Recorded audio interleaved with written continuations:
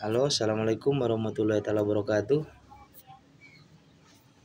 Selamat bergabung kembali bersama channel saya, Fernanda Hanafi. Buat yang belum kenal ataupun belum pernah menonton channel saya, bisa di like, subscribe, dan komen. Jadi di sini sedikit argumentasi masalah dunia penagihan ataupun masalah petugas lapangan ataupun yang disebut dengan kolektor kredit harian. Jadi buat di sini pemula ataupun pengusaha bank keliling yang ingin mencari karyawan ataupun yang ingin menciptakan seorang penagih yang kira-kira good attitude-nya baik, jujur dan dapat dipercaya, itu minimal kita perlu yang namanya ketegasan. Jadi sedikit di sini saya sampaikan buat para pemilik usaha yang baru merintis ataupun baru membuka lapangan baru yang dikelola oleh karyawannya ataupun penagihnya, kalau bisa diajarkan karyawannya tersebut, diajarkan masalah penampilannya, gimana penampilannya biar rapi, biar nggak kusam. Yang kedua, minimal kalau bisa orangnya bersekolah ataupun tamatan setidaknya paling rendah SMP ataupun SMA.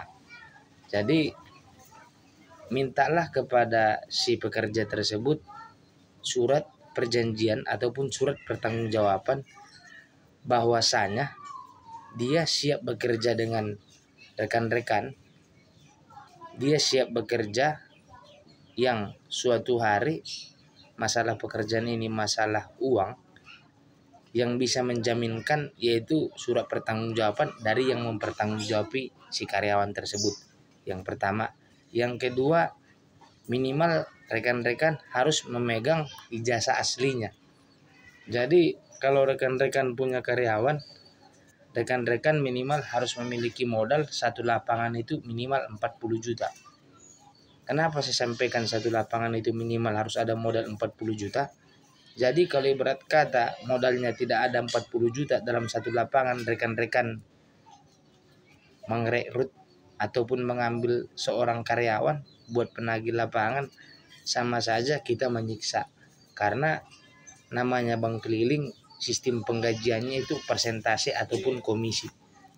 Komisinya dari mana? Dari drop. Yang disebut dengan drop ialah uang yang dipinjamkan kepada si konsumen ataupun uang yang dipinjamkan kepada nasabah. Jadi seandainya si penagih memberikan pinjaman 1 juta, berarti kalau dia memberikan pinjaman 1 juta, upah si penagih 50.000. Jadi kenapa saya sampaikan tadi sama rekan-rekan minimal si penagih harus dimodali minimal 40 juta sekecil-kecilnya. Karena uang yang 40 juta tersebut jika disebarkan ke lapangan, itu tagihannya kalau langsung habis satu hari itu uang yang 40 juta tersebut, bisa dapat nasabah itu tagihannya 2 juta. Jadi tagihan 2 juta tersebut gimana caranya rekan-rekan menyuruh karyawan rekan-rekan terus mencari konsumen baru, tapi melalui yang namanya buku transaksi ataupun yang disebut dengan pengajuan. Jangan rekan-rekan langsung percayakan kepada karyawan rekan-rekan tersebut memberikan pinjaman secara langsung. Karena takutnya nanti suatu saat ketika macet terjadi pro dan kontra antara si pengusaha dan juga si pekerja. Jadi diutamakan gimana caranya kerjasama tim yang baik, itu paling utama. Jadi kalau ibarat kata perusahaan rekan-rekan ataupun pemula rekan-rekan ingin maju dalam mendirikan usaha bank keliling, rekan-rekan harus tahu dulu cari penagihnya yang seperti apa. Penagih ini harus diajarinya kayak mana. Penagih ini juga harus diajari jujur. Soalnya sering kejadian di lapangan, sering komplain, bisa dicek dari pengalaman yang saya pahami. Kebanyakan permainan seorang kolektor ataupun penagih bank keliling, sebagian, saya tidak menuduh tapi sebagian.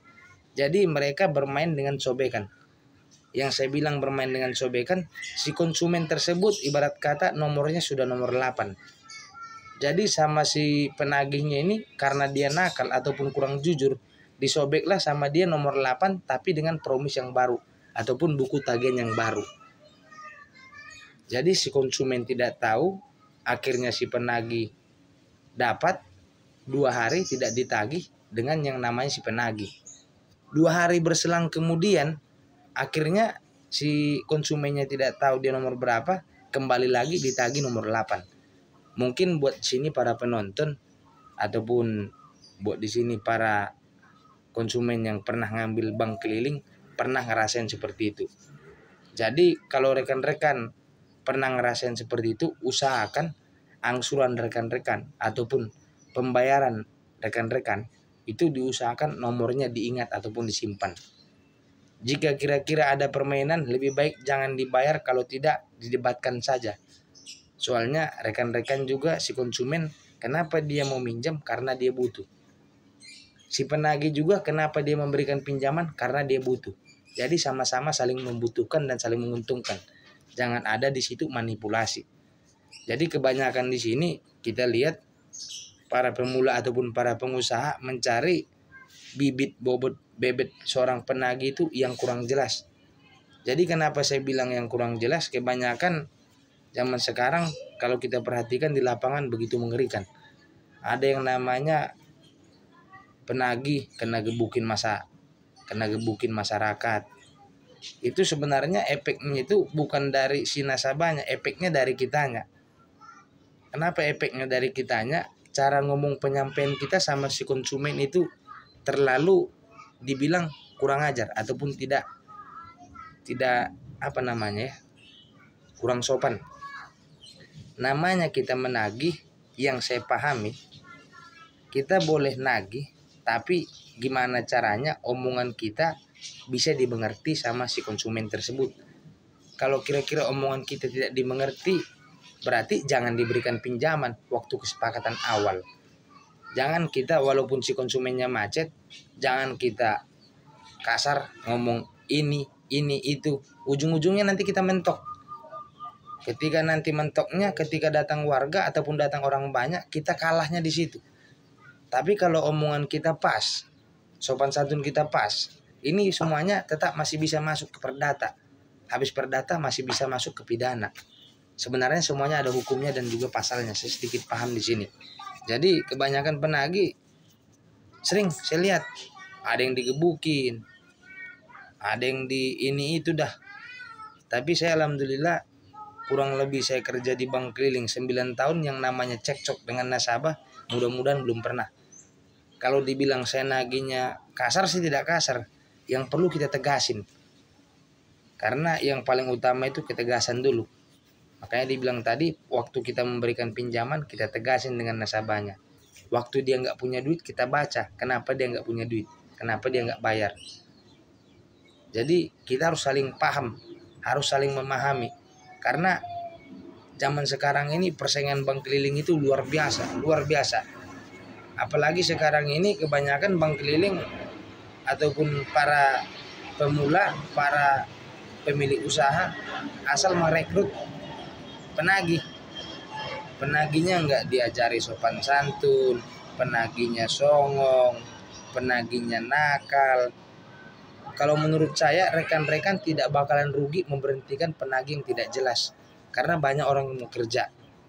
Kalau namanya kerja bank keliling, asal si penagihnya jujur aja dulu intinya. Minimal dia bisa jujur, dapat dipercaya, mudah-mudahan gaji dia bakalan besar sendiri. Karena si konsumen tersebut tidak bakalan lari dari kita. Yang namanya kemacetan itu pasti ada. Tapi namanya perputaran duit setiap hari, itu kemacetan cuma 20%. 80% lagi pasti berputar setiap hari. Karena kita nagihnya setiap hari. Jadi banyak sih pelajarannya yang harus kita pahami. Kalau saya lihat zaman sekarang ini kadang ngeri. Apalagi sekitaran, bukan menuduh, saya pernah itu ngelihat daerah sekitaran pinggir bandara, daerahnya namanya Rawabokor.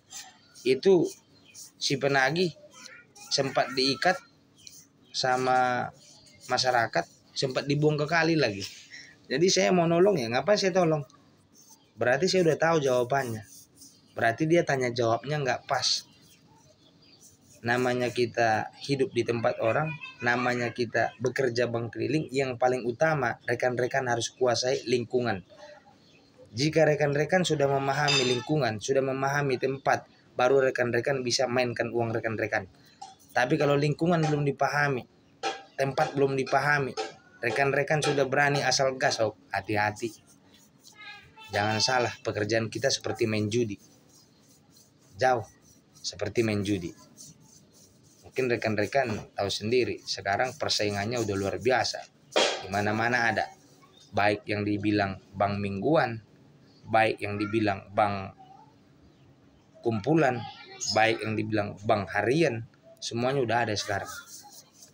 Jadi buat pemula ataupun si pemilik usaha yang ingin membuka lapangan lagi, yang ingin memakai karyawan, utamakan karyawan tersebut dikasih pembelajaran ataupun diajarkan gimana cara penagihan aja dulu.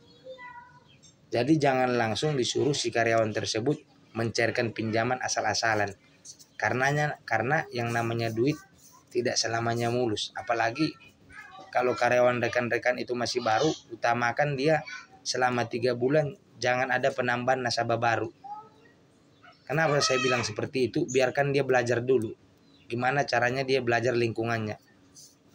Kalau sudah paham kita lingkungannya, sudah paham kita lapangannya, mudah-mudahan kerja bank keliling itu paling enak, paling gampang. Nggak perlu marah-marah. Capek kita marah-marah. Namanya kita nagih, semakin kita hargai nasabah tersebut, semakin dihargainya kita. Itunya kuncinya semuanya. Jadi buat rekan-rekan dimanapun berada, sesama kolektor kredit harian, saya sampaikan di sini, marilah bekerjalah yang bagus. Nggak usahlah kita kerja itu saling menjatuhkan satu sama yang lain. Kalau memberikan pinjaman, usahakanlah memberikan pinjaman tersebut jangan asal diberikan. Jangan utang nasabah itu ibarat kata utangnya 1 juta. Sedangkan cicilannya 1 hari 50.000. Dia masih punya hutang 700.000 lagi. Tiba-tiba rekan-rekan perbarui. Jadi 700 diperbarui lagi jadi 1 juta, cuman terima 200.000 lagi. Sama aja kita membunuh secara berlahan, bukan lagi kita menolong.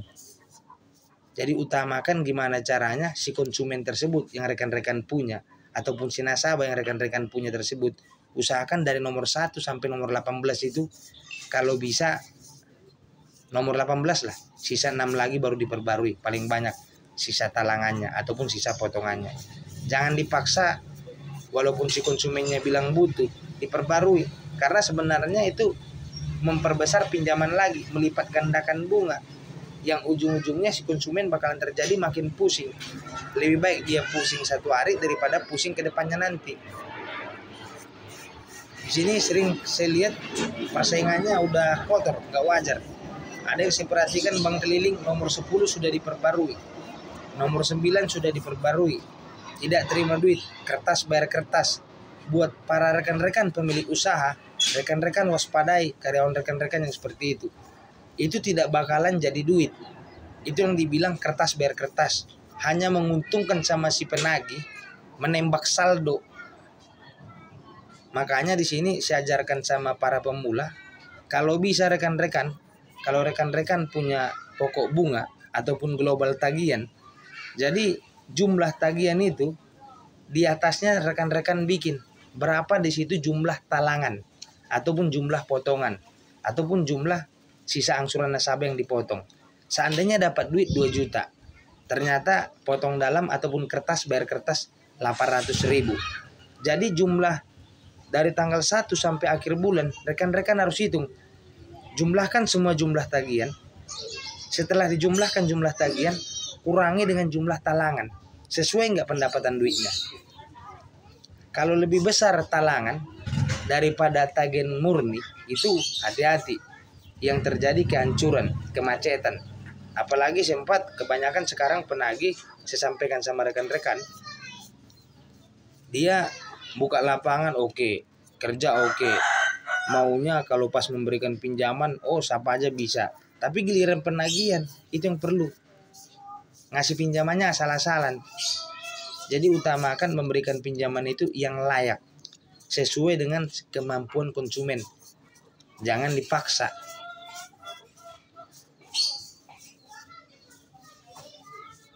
Mungkin itu yang dapat saya sampaikan satu hari ini.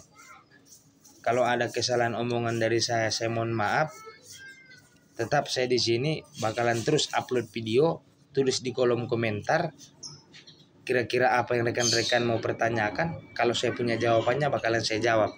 Intinya salam sukses buat kita semuanya. Jangan lupa subscribe, like, dan komen. Kalau bisa di-share sebanyak mungkin. Assalamualaikum.